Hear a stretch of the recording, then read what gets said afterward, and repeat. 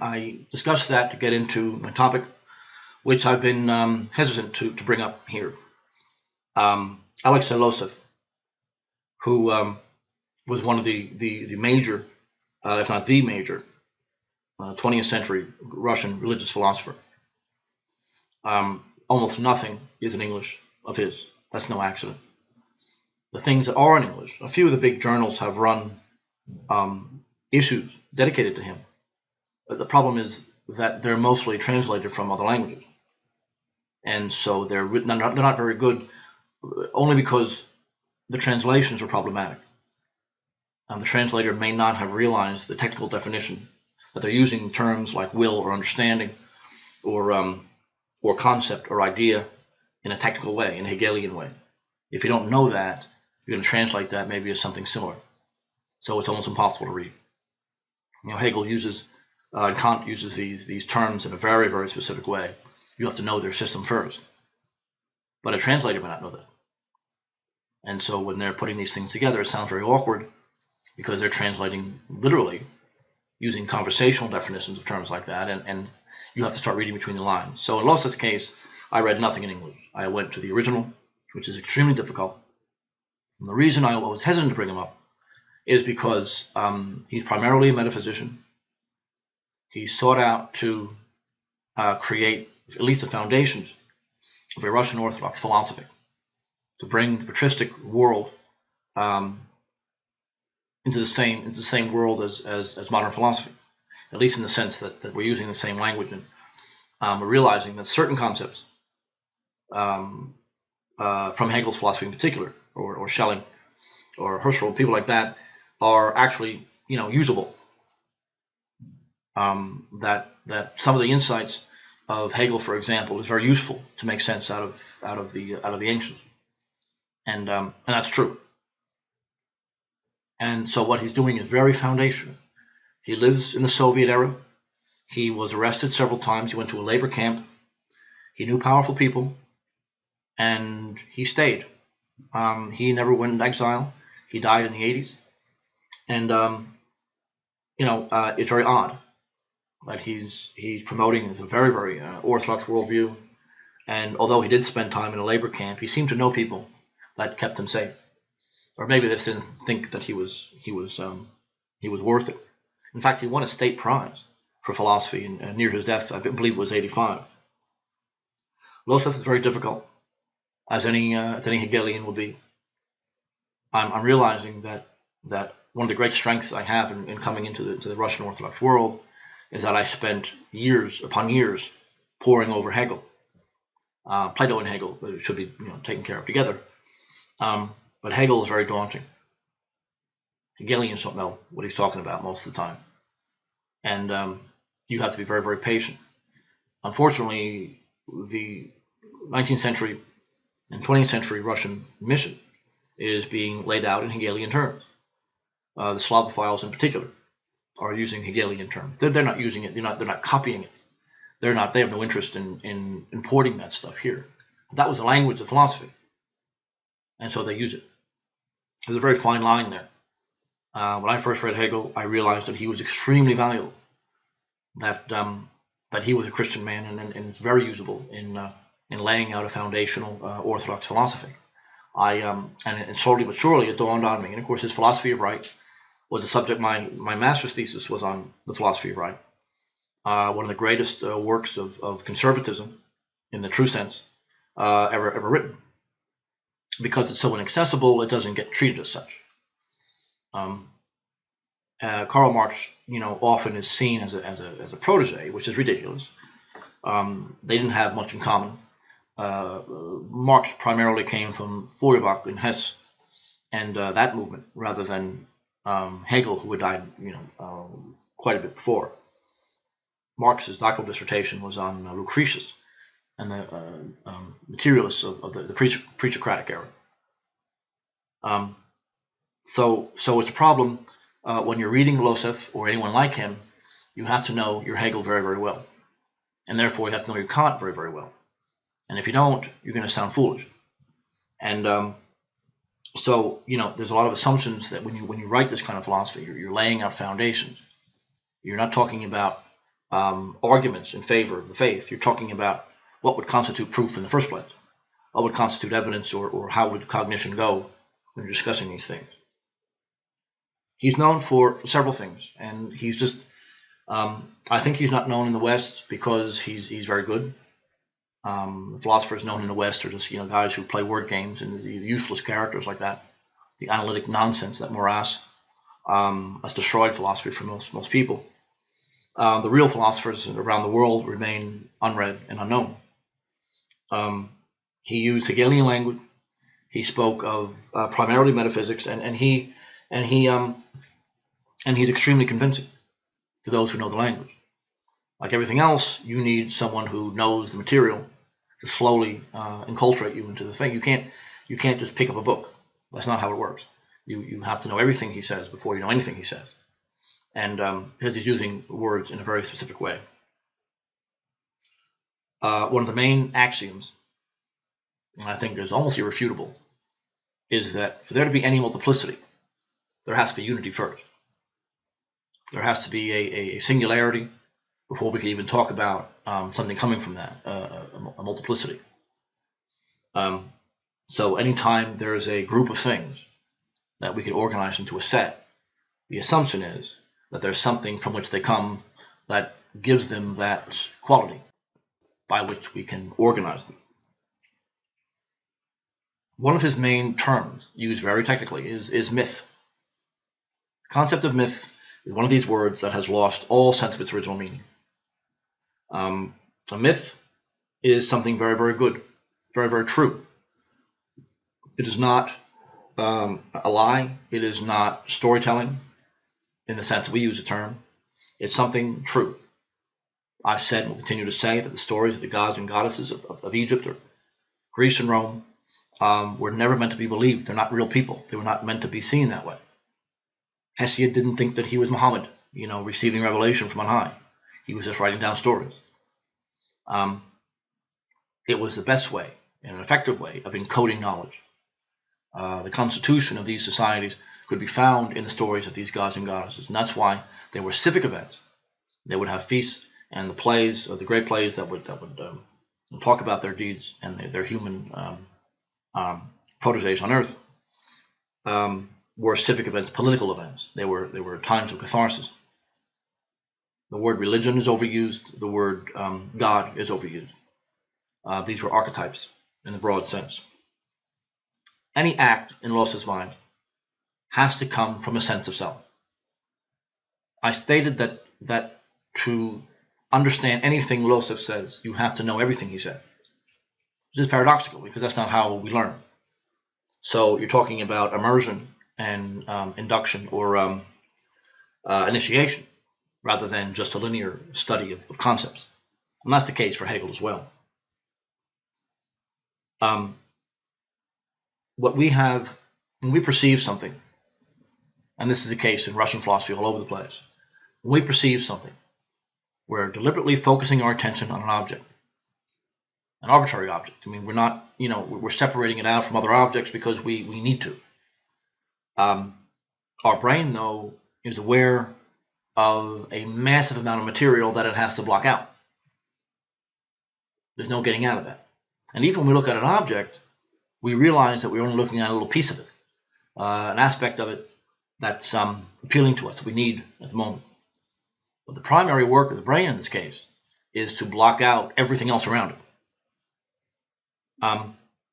Any action, any move that we make of any kind, especially the things of social or civic importance, implies that we're doing this from a very strong foundation. It's not an arbitrary action.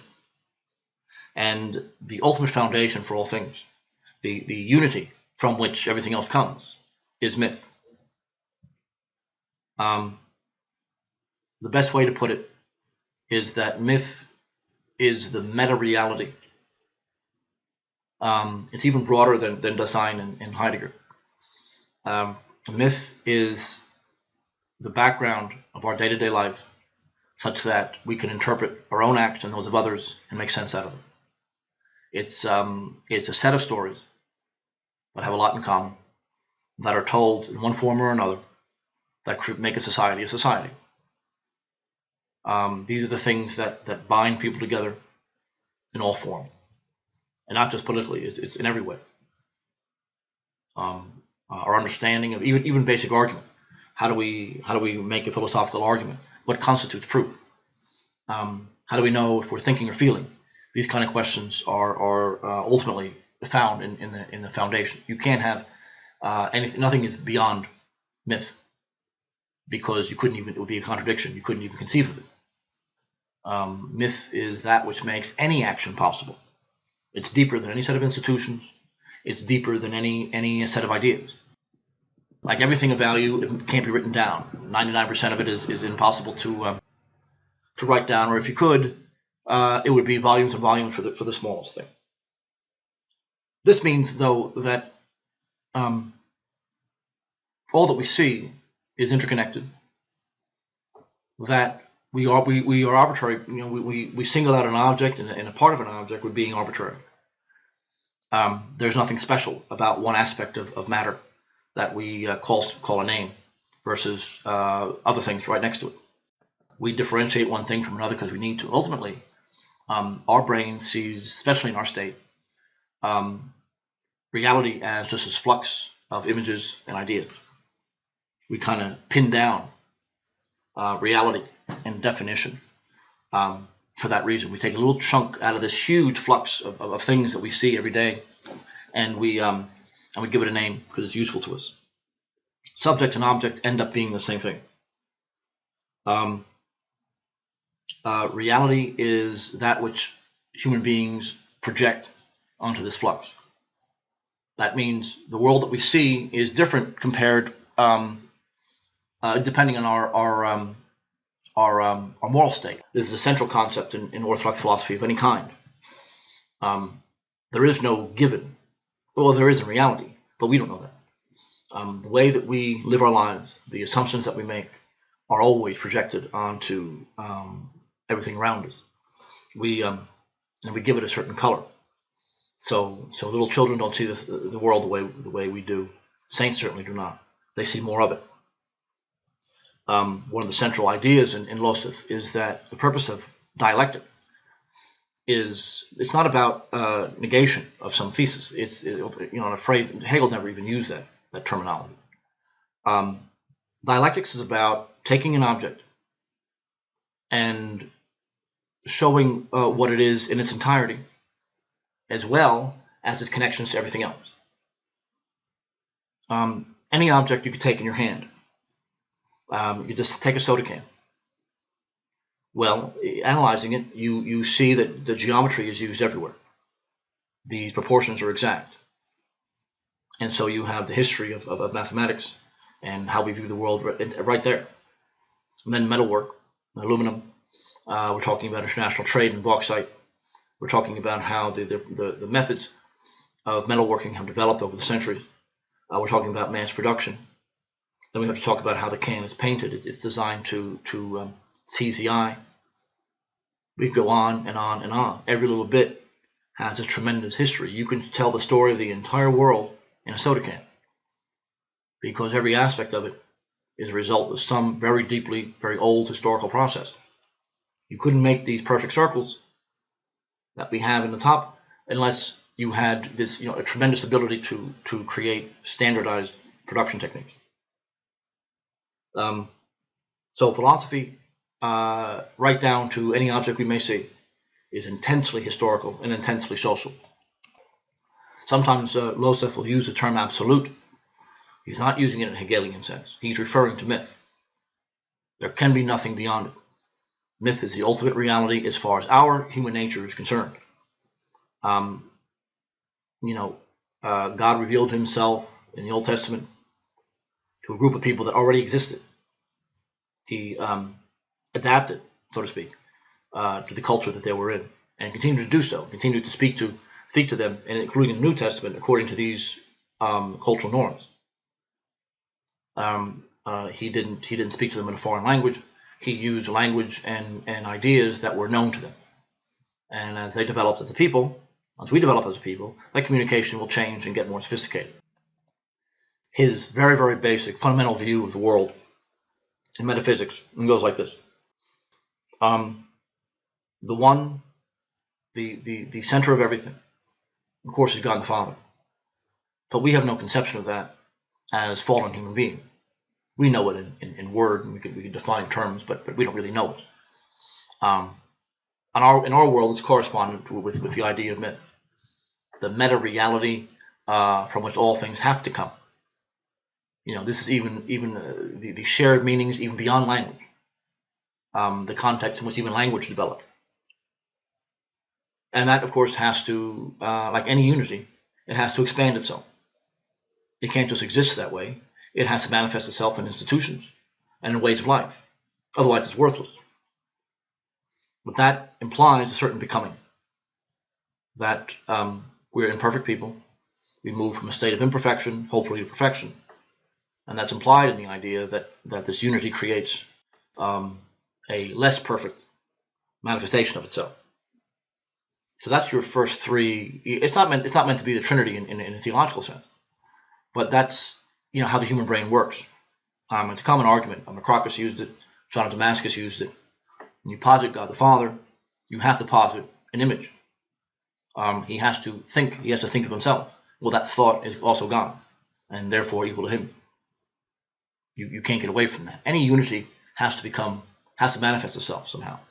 Our personalities, if we're completely integral, our personalities can't just not act. We were always acting. And that leads to the fourth thing, which is realization. Realization is, remember, the concept of perfection didn't mean that it had no flaws. Perfection normally meant not needing anything outside of it, being completely self-contained. Our vision, as Orthodox people, for example, doesn't require any input from the modern world to make it better. And we use concepts, and we have to use a lot of what it offers, and it's not all bad. But our vision is entirely self-contained. Therefore, it's perfect. We don't need we need no input from anyone else.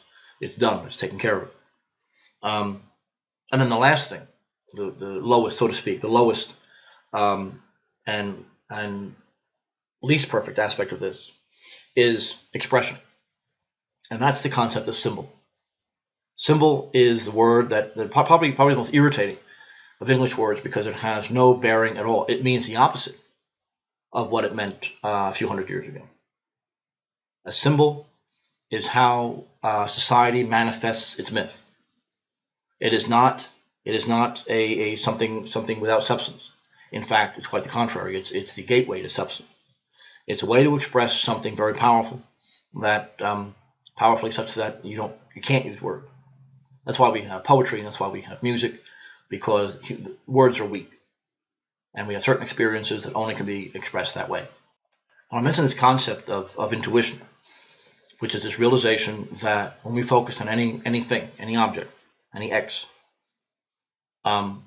most of what we're doing is blocking out everything else, which is a huge amount of work. Our consciousness is confronted by a massive amount of material, no matter what we do. We open our eyes, and we are if we were to analyze it piece by piece, it would never end. The brain has to deal with this, and in our fallen state, it's not just a mechanism. Our own sins and problems and biases also go into filtering this. We have to focus on a few things, and so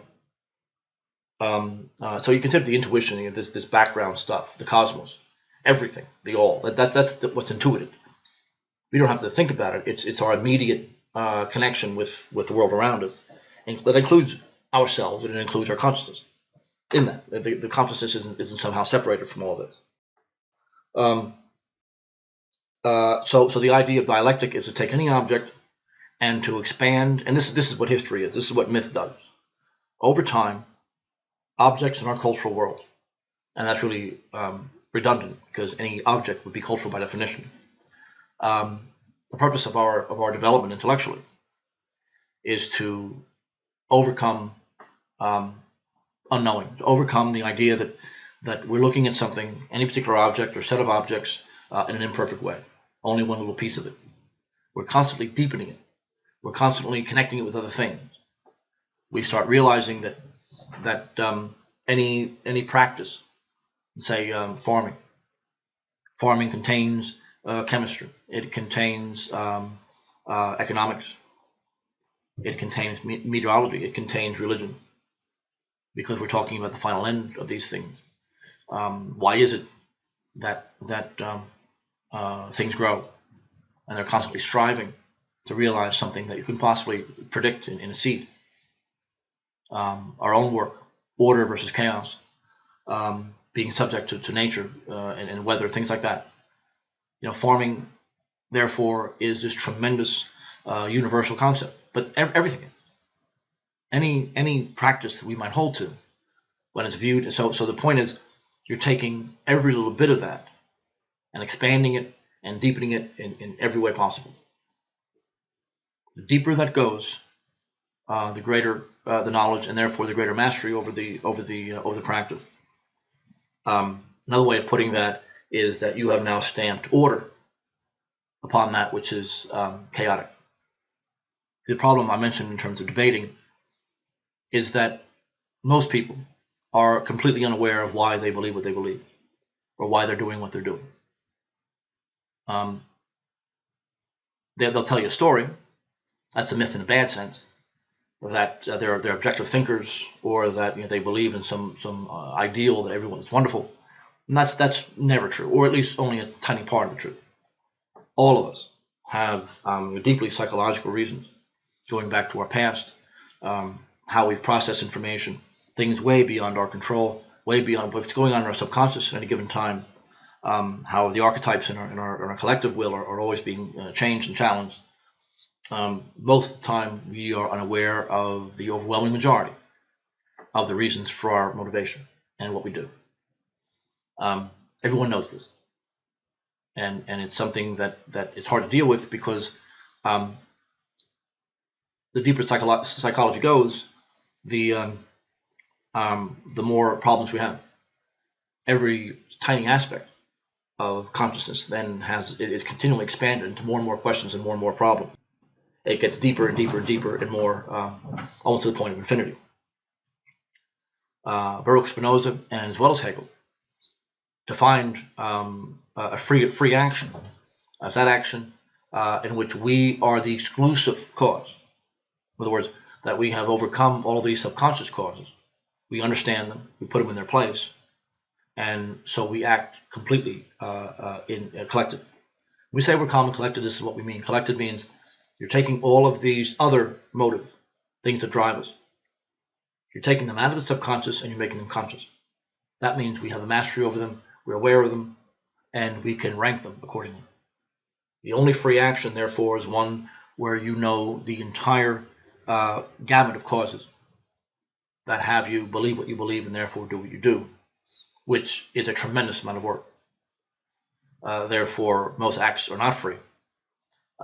And people act unfreely because they really truly believe that in doing the wrong thing, they're fulfilling some great purpose. Over time, people start to believe the nonsense they tell themselves. Sin is not the act, a bad act. That's way too juridical. It's the entire personality. It's the entire persona. Sin is an imperfection in how we have organized our own thinking. That we have deliberately left stuff in the subconscious so we don't have to deal with it. Saint Ignatius Brahmacharyanov says that the demonic elements are always in the subconscious. So there they can hide, and they could pretend, or have you pretend that your actions are free when they're not. People who out today play protesting Donald Trump will give you a line that they are in favor of equality. Trump is going to start a nuclear war with Algeria, whatever these idiots think. But that's never true. No one does these things for abstract reasons. There's a whole gamut of motives, some good, some bad, that they're unaware of or don't want to be aware of, that it would take books and books and books to ever analyze. Their actions aren't free. And they're not free partially because they're not based on any truth at all. But they're also not free because they're unaware of why they're doing what they're doing. There was a study about 30 years ago on the Belgian Communist Party, which I didn't know existed until the other day. I read it fairly recently. They were concerned why members joined it.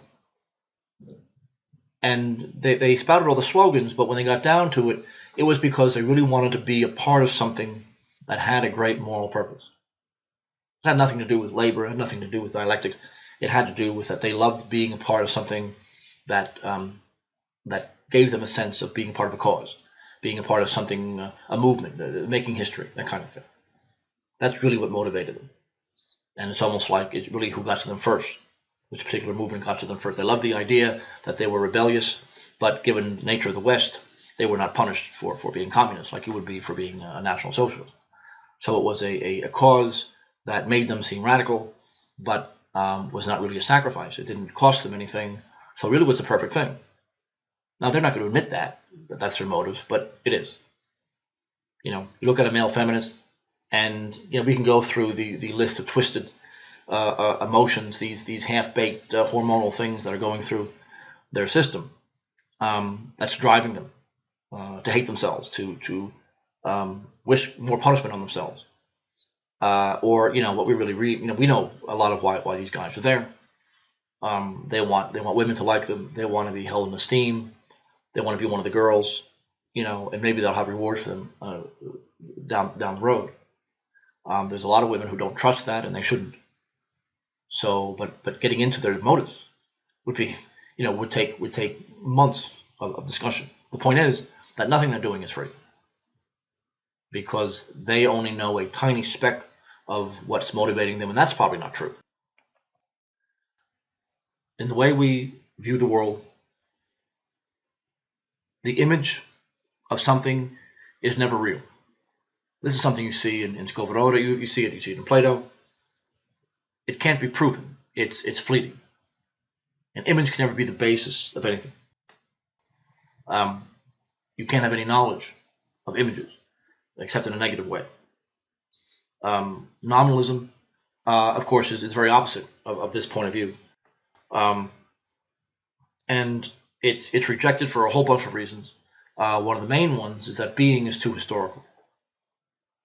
This myth is the most non-nominalist thing you could possibly ever come up with. Matter and how we generate images from it are completely fluid.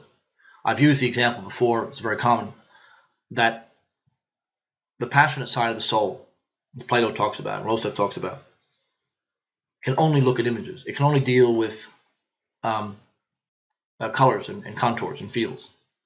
That's what the passionate drives are focused on. And that's what motivates it. There's not a man in the history of the world that's ever been aroused by a chemical analysis of the female body, or an abstraction of the female body, or some anatomical, deeply mathematical analysis of the chemicals in a woman's body. That's not what motivates them. No, it's the actual image that they pick up in their senses. Very specific, very vivid. No one has ever been aroused by the concept of a woman. That's a very important thing to realize. That kind of arousal, sexual or otherwise, only exists at the level of images, only exists at the level of non-essential thing. Now, part of what makes a saint is that they actually can see the beauty not in the appearance sense, but they could see beauty in logos, manifest in that person. They've gone beyond being triggered, so to speak, by those curves and everything that we love about women. They go beyond that, and they could see what's real, what most of us can't see when we're confronted with something like that. The truth is, though, that logos is present there. Our reaction are the result of a completely a very complex human nature. We're responding to very specific things. We're not really aware of that because our hormones kick in and we do crazy things. But the important thing is that it's part of this huge complex of how life is created. This force in us that's then part of and connected to everything else in the cosmic order. That's the reality. we get focused on one little aspect of that experience and in our arousal to women, such that everything else gets clouded. And we all know what that's like. Now, the issue is when you, through the ascetic life is meant to slowly erase the purely nominal, specific, image-based perceptions and go far deeper. That body, I don't care how beautiful it is, it's going to die, and it's going to rot, and it's going to be eaten by maggots, and it's going to be disgusting, and it's going to smell. Really, when the mystery's gone with a woman, you lose all that drive anyway. When you see them, in day-to-day life, and you see them sick and everything else, it goes away very, very quickly. It's fleeting. This is why images don't mean anything. It's the lowest level of perception. Unless there's something else there, you have no relationship there. It has to go beyond that. And it has to be far beyond that. And in material objects and how they affect us and how they provoke the will, the intellect has to dominate and say, this is why. We're giving you now a list of causes that's motivating that response to seeing a woman, or seeing anything like that, or seeing a pile of money, or seeing a business opportunity. And you can hardly contain yourself. You got to get in on this before someone else does. Those drives are unfree. What they mean and how they fit into the cosmic order is another matter. Within any mythic construct, which is really a civilization or a society, Losev is also known for his doctrine of names. He did come down on the side of the name-worshipping idea, but his view was very crude and very extreme. I've said many times that name worshippers don't believe that the name of God, Jesus, Yahweh, whatever, is actually God present like it would be in the Eucharist. I think Losev did. And it was very odd because the man is intensely logical, and yet he seems to believe this. But even beyond the theological issues, his doctrine of names is extremely important. Remember, one of the reasons that name worship is being so badly handled is that no one knows what it means. A name or a word is not what we think it is. Most languages see a word as an idea, as a Platonic archetype. We see it as letters on a page. That's what nominalism does to people. It destroys their sense of reality. A word or a name, as terms, refer to everything contained in the conceptual apparatus that we use to describe something. It's not the name of God. That's never been the issue. That's ridiculous. The concept is what the name is, what the word is all of the apparatus intellectually. It could be ritually or it could just be intellectually that we use to describe and understand and love aspects of God's presence. What we know about Him.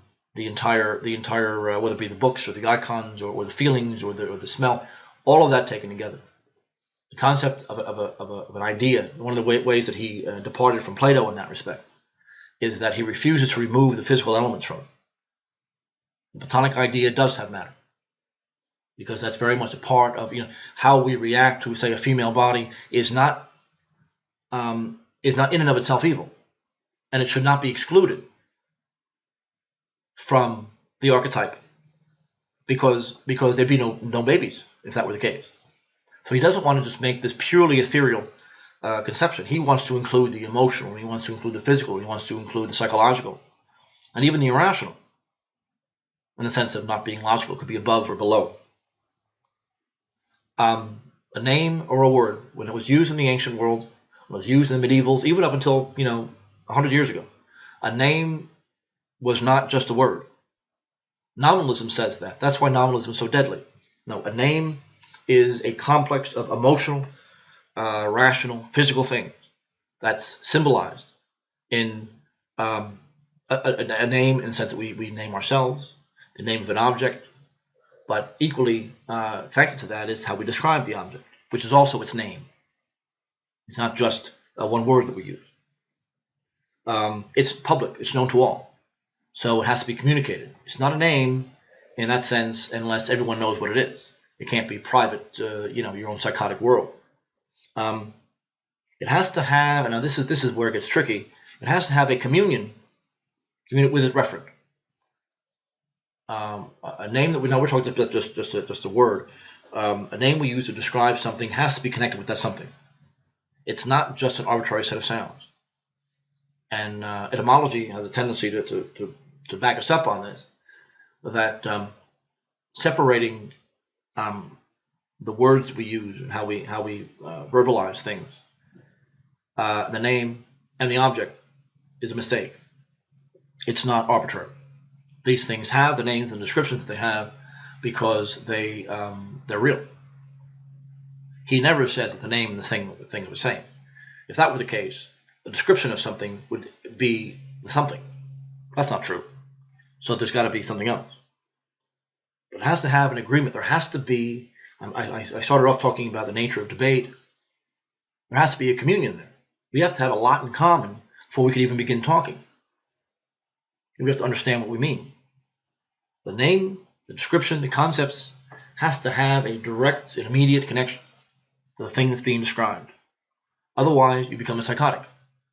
You have created your own private world that no one knows anything about, that completely is nothing more than your projection onto this flux of intuition. It also affirms a purpose. It tells us what it is, what it does. It gives a limit. It gives borders and boundaries. We see the world as discrete objects because we've been trained that way. It's useful to us. Newborn babies probably don't. They see nothing but swirls and images. We have to teach them to pin it down. This is the manifestation of myth. The one, the many becoming, the realization, and then the symbol. Now we're at the level of symbol. And we're also talking about Plato's forms. Losev was primarily a Platonist, and he dealt with Plato most of his career. And he has 5 elements to describe the forms. I found of all the philosophers writing on Plato, Losev has been the most useful in understanding the form. The form the form is absolutely essential to Plato. Without that, he's meaningless. It's the center of all Western thought. It's the center of the spiritual world. Without Plato, nothing happens. Without Plato's forms. A form is a disembodied reality that gives specific objects their defining qualities. So we have a concept of goodness. We also see individually good acts. What all they have, what a bunch of good acts, millions of good acts taken together, what they have in common is goodness. That goodness is real. It's created. It's part of God's mind, and it's the unity that comes before the multiplicity. Otherwise, it's all nonsense. We're arbitrarily saying that things are good without really knowing what we're talking about. We see a lot. We could talk about good acts with philanthropy, intellectually good acts, physically good acts, a good law, a good doctor, a good lawyer. All of these are good. It seems odd because there's a lot of different situations. We're all using the same word. Well, unless there's a concept of goodness that's separate from all of those things, then we're crazy. We're just being lazy. We're calling good could mean anything. Words like love, don't get me started on that. It's used for anything. There has to be a central living entity that exists long before we could start applying it to individual things. The unity has to always come before the thing. Objects don't exist in a vacuum. They exist because there is a creator. There's a unifying world. There's a myth in our social sense. So the first thing that happens is that in Plato's dialogues, there's a manifestation of corruption. Usually it has something to do with words. That someone is talking about. It could be piety, it could be courage, friendship, it doesn't matter. And someone's using it in a self-interested way. They're defining it as they see fit. They're defining it so that they're rationalizing a certain position of power that they may have, for example. And so Socrates points out that what we just said, the concept, there's a separation between the use of the language and the world around it. The language that they're using has no real reference. The language that they're using is kind of custom made for themselves to justify their position. And often they have the power to get other people to think that too. That's why the sophist was such a big problem for him. The words take on a life of their own, which means that not only could you define what goodness is, but you could tell people what a good act is and what it isn't. You could completely redefine their world, if you're that powerful, like the American media has been. There's the idea of the fact. Something is true, but in our social life, something is true only if our terms are defined first. So again, the unity has to come first. We have to know what a swan is before we see a swan, or else we wouldn't know what it is.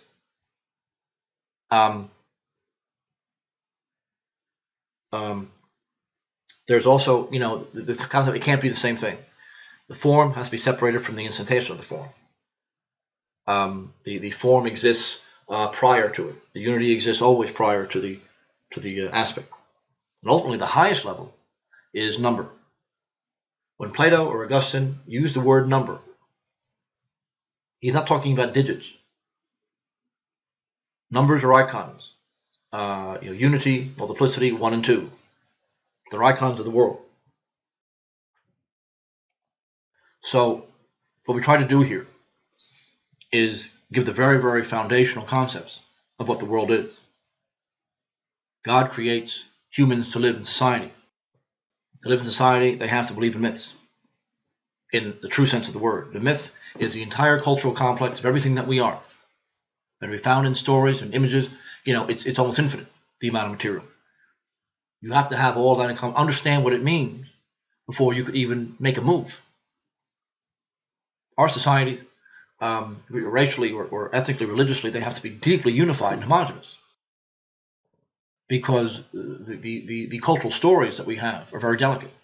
We have to know all the details. We can't have a debate with someone unless we have the same mythic background. You have to have the same goals, have the same reason to have the same goals. We don't have the same goals, or we can't speak the same language, or that there's so many subcultures that no one knows how to talk to each other anymore, or that even reason itself is being disparaged. You don't have a society. And that kind of chaos. Chaos is based on ignorance, as we said. Only the most fanatical, cohesive groups ever dominate, which is why liberalism has always been connected with the so-called emancipation of the Jews.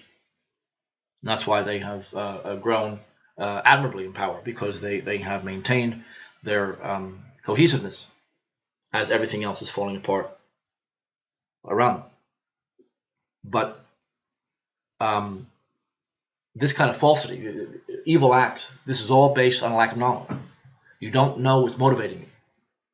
Knowing these motivations is essential to any kind of mental health. You have to know the full gamut of things that have you act, and if you don't know it, you have to refrain from acting until you do. The myth is directly from God. It's directly from Logos. Because human beings can't be human beings without myth. We can't even use the word without this civilizational backdrop. And the institutions and ideas and laws derive from it, including the laws of thought. And all of this implies that we are educated in the true sense of the word from a state of ignorance to a state of knowing. We come to some level of realization, and in the process, we express that development in terms of symbols. That's the foundational concept of the world. It rejects any concept of individuals in the nominalist sense. There's no self-interest there. They're not so naive as to be able to summarize in a few words what motivates people. That's utter nonsense. But part of that symbolism is to be found in the name. And all of this taken together is what we refer to as myth. This is even greater than Heidegger's Dasein always comes up in my mind when I read Losev, but it's even deeper than that. It is the entire it's the entire history of human development. in this huge intuitive almost infinity that we perceive when we confront the cultural world. Now, we can't get it all at once, of course, so we block it out and we focus on a few things. But that's what generates the laws of thought, the laws of what's good and bad, what's real and what is not.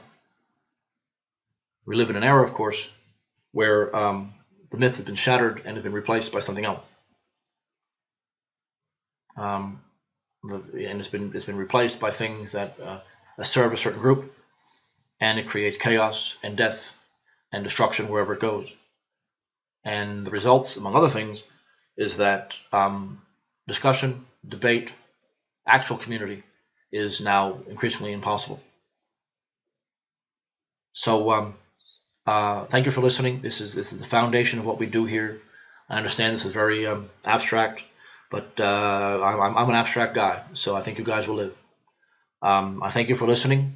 My enemies, if you don't understand this, it's because you're stupid. That's why you're my enemies. But otherwise, I thank my supporters. I thank Matt Heimbeck and Matt Parrott, Sven Longshanks, everyone else who's assisted me in this. And I appreciate them very much. And I will talk to you next time. Goodbye. You've been listening to The Orthodox Nationalist with Dr. Matthew Raphael Johnson at RadioArian.com.